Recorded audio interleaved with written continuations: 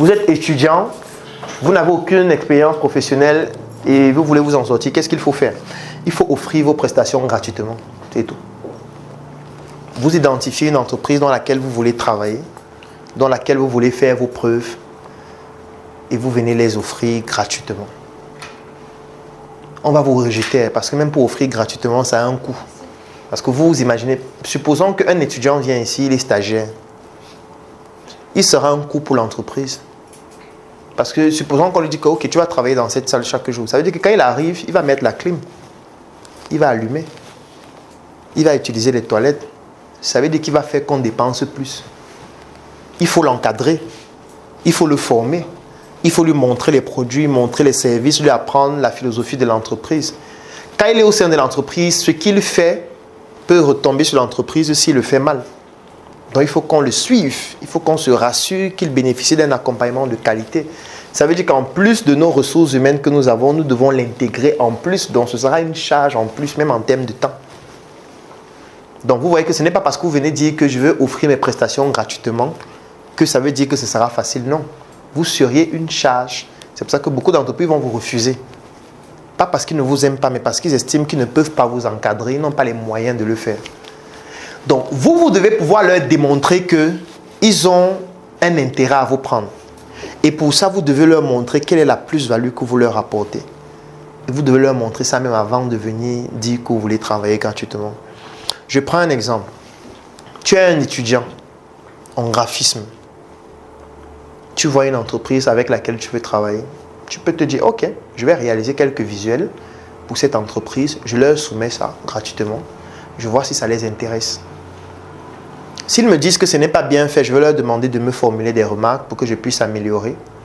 Et s'ils me formulent des remarques, je corrige. S'ils ne répondent pas, je me bats pour qu'ils répondent. Je peux venir physiquement, je peux essayer de rencontrer l'un des responsables, je peux envoyer par mail ou à plusieurs numéros de leur entreprise. Je me bats pour pouvoir faire en sorte qu'ils répondent. Si vraiment après avoir fait ça pendant un certain temps, ils ne réagissent pas, je fais avec une autre. Ce qui est sûr, il y a une entreprise qui va réagir, qui va formuler des remarques. Ces remarques vont te permettre de t'améliorer, de mieux faire. Et s'ils se rendent compte à partir d'un certain moment que ce que tu fais a une certaine valeur, parce que peut-être quand tu l'as fait, ils ont aimé, ils ont communiqué dessus, ils ont commandé d'autres, ça veut dire que tu commences à leur apporter de la valeur. Et quand tu leur apportes de la valeur, ce sera beaucoup plus facile pour eux de te dire, si c'est que tu leur fais une offre, viens. On va travailler de telle façon.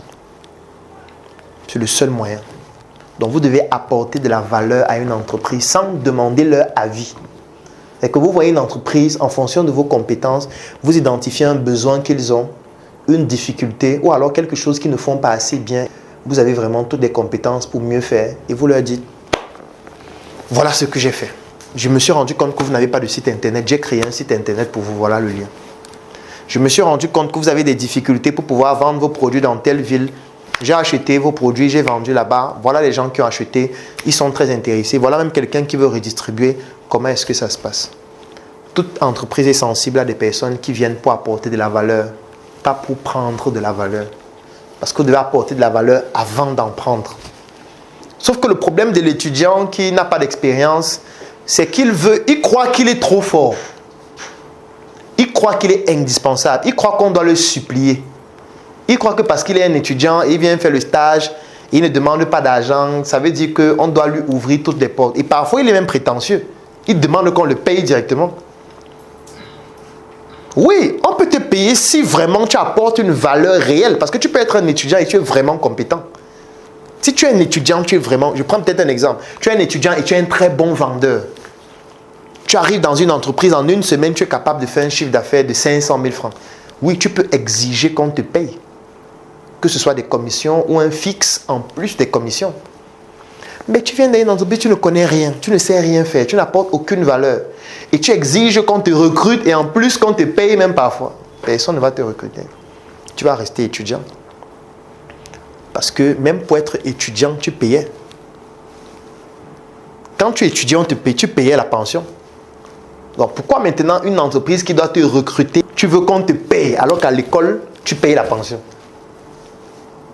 Parce que si on suivait cette logique, on devait dire que toi aussi tu apportes de la valeur à l'école dans laquelle tu travailles. Il faut que l'école te paye chaque mois. Non. C'est l'école qui t'apporte de la valeur, ce n'est pas le contraire. Maintenant, si tu as fini d'apprendre à l'école et tu as appris tellement de choses au point où tu peux aussi apporter de la valeur à l'école, parce que tu peux gérer un département ou alors commencer à donner des cours, là, l'école va se dire, waouh, cet étudiant, s'il est devenu bon, on peut lui faire un contrat. Maintenant, tu apportes de la valeur à l'école et l'école te paye. Donc, tant que ce n'est pas toi qui apportes de la valeur, tu ne peux pas exiger qu'on te paye. Ou tu ne peux pas exiger qu'on te prenne, même si c'est gratuitement. Donc, tout étudiant doit analyser quelle est la valeur qu'il a. Comment est-ce qu'il peut apporter cette valeur aux entreprises et qu'il apporte directement cette valeur aux entreprises là et il va forcément gagner.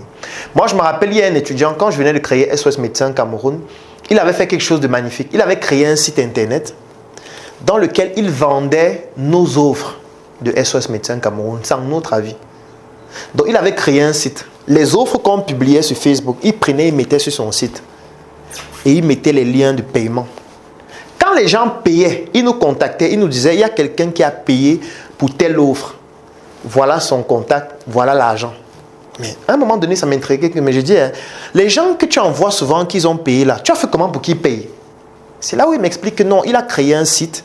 Et puis les gens, parfois même de la diaspora, payent pour ceux qui sont en Afrique. Et qui disent, ok, je vais payer pour ma mère. Donc dès que je paye là, ma mère vient.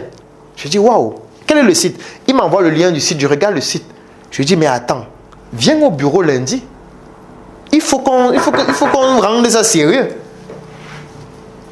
Mais s'il était venu envoyer une demande pour dire que vraiment, je peux créer un site qui va faire que les gens payent plus et que c'est la dernière fois que tu m'écris, tu es fou. Tu connais les problèmes que j'ai ici là. Au point où tu me dis que je peux créer un site. Donc, je dois venir maintenant t'écouter.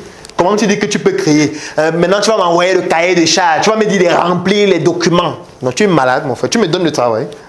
Tu es un étudiant, tu n'es rien, tu n'as rien, tu es pauvre, misérable. Et tu veux me donner le travail pour que je te paye encore après. Non, ça n'a pas de sens. Ça n'a pas de sens. Soit tu es déjà bon, compétent, tu as déjà une valeur que tu peux apporter. Et là, tu n'es plus un étudiant, tu es déjà une ressource humaine compétente. On négocie de comment est-ce qu'on travaille, on paye ce qu'il faut payer. Soit tu es un étudiant et tu es humble. Et quand on est humble, c'est qu'on se dit, qu'est-ce que je peux apporter comme valeur? Tu apportes. Si cette valeur est intéressante, on te paye. Si elle n'est pas intéressante, et même si on ne te paye pas, tu apprends. Ça te fait avoir des références. J'ai travaillé pour telle entreprise, j'ai fait ceci, même s'ils ne t'ont pas recruté. J'ai travaillé pour telle autre, j'ai travaillé pour telle autre. Ça te permet d'avoir un bon CV. Ça te permet d'avoir un portfolio. Si tu es peut-être un artiste, de dire que j'ai fait des créations pour tel, pour tel, pour tel, pour tel, pour tel. Ça te rend plus crédible, même s'ils ne t'ont pas payé. Donc, tu ne peux pas être là, tu n'apportes de la valeur à personne, mais tu exiges tout. Ça va mal se terminer.